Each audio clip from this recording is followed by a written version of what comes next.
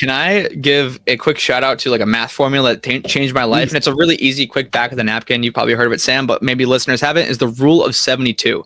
And this whole notion just like made it a lot easier for me to conceptualize how fast money can grow. A lot of people have probably heard like the penny doubling every day for a month. Like, would you rather have that or like $500,000? And you take the penny because it's like $1 billion at the end of the month.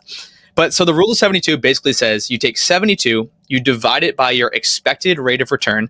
So I usually use just 7% for easy math. So like 72 divided by 7, call it roughly 10. That means if your expected rate of return is 7%, it'll take about every 10 years for your money to double. So 72 divided by 7 is around 10.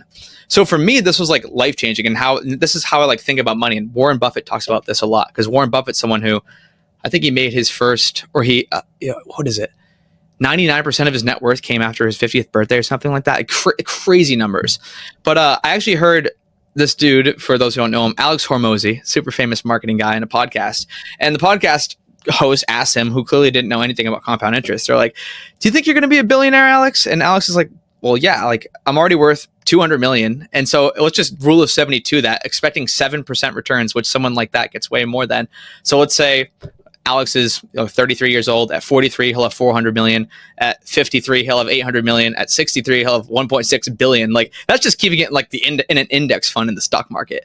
So like, once you understand that, like the rule of 72, and understand how fast your money can double and compound, and again, it can dial up or down based on the rate of return. If you're getting 10% returns every year, then it's going to take 7 years. Again, 72 divided by 10 is around 7. So just realizing and understanding that math, like, again, it's going back to almost that very first question you asked me, Sam. It's like, what are the tactics you need to like have a good budget and like be a good steward of your money? It's not so much about the tactics, it's about understanding the big picture of money. And like, once I understood this, I'm like, oh my God, like I'm going to invest everything because I want my money to keep on doubling and doubling.